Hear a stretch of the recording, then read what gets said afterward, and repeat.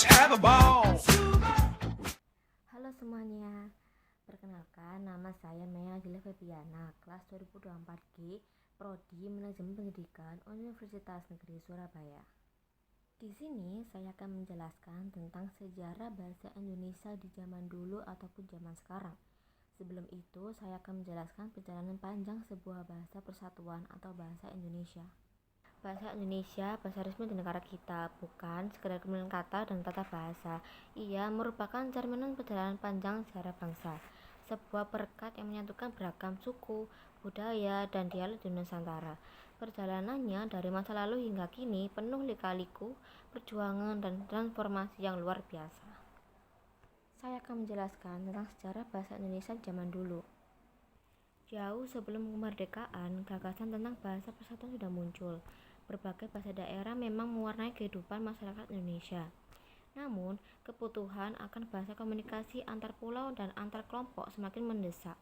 Bahasa Melayu, dengan penyebarannya yang luas di wilayah Nusantara, menjadi kandidat utama. Keanggunan dan kelenturannya membuatnya mudah diterima di berbagai kelompok. Proses pembentukannya tidaklah mudah, banyak perdebatan dan negosiasi yang terjadi. Ada yang menginginkan bahasa daerah masing-masing diangkat sebagai bahasa nasional, sementara yang lain melihat pentingnya sebuah bahasa yang netral dan dapat diterima semua. Namun, semangat persatuan dan cita-cita kemerdekaan akhirnya mengalahkan perbedaan. Pada masa penjajahan, bahasa Melayu telah digunakan dalam berbagai konteks, termasuk dalam pendidikan dan pemerintahan.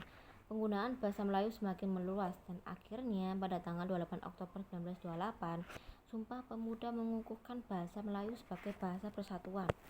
Keputusan ini menjadi tonggak sejarah yang penting dalam perjalanan bahasa Indonesia.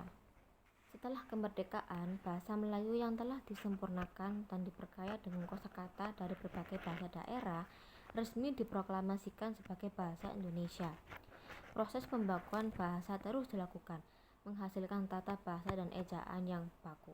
Lembaga bahasa dan kesusastraan berperan besar dalam menjaga dan mengembangkan bahasa Indonesia. Bahasa Indonesia masa kini terus berkembang dan beradaptasi dengan perubahan zaman.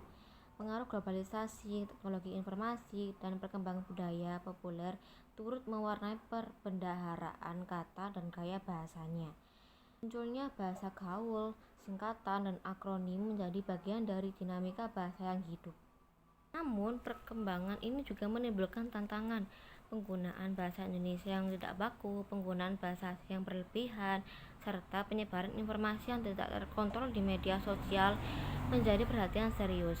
Upaya pelestarian dan pembinaan bahasa Indonesia yang baik dan benar terus dilakukan agar bahasa kita tetap terjaga kelestarian dan kesuciannya. Bahasa Indonesia bukan hanya alat komunikasi, tetapi juga wadah untuk mengekspresikan identitas nasional. Ia menjadi media untuk melestarikan budaya, menyebarkan ilmu pengetahuan, dan memperkuat rasa persatuan dan kesatuan bangsa. Perjalanan panjang bahasa Indonesia mengajarkan kita betapa pentingnya menjaga dan mengembangkan bahasa kita sebagai warisan berharga bagi generasi mendatang. Mari kita jaga dan melestarikan bahasa Indonesia, bahasa persatuan kita. Nah, itu adalah penjelasan dari saya tentang apa sih sejarah bahasa Indonesia di zaman dulu ataupun zaman sekarang. Sekian dari saya, semoga bermanfaat dan terima kasih. Bye-bye.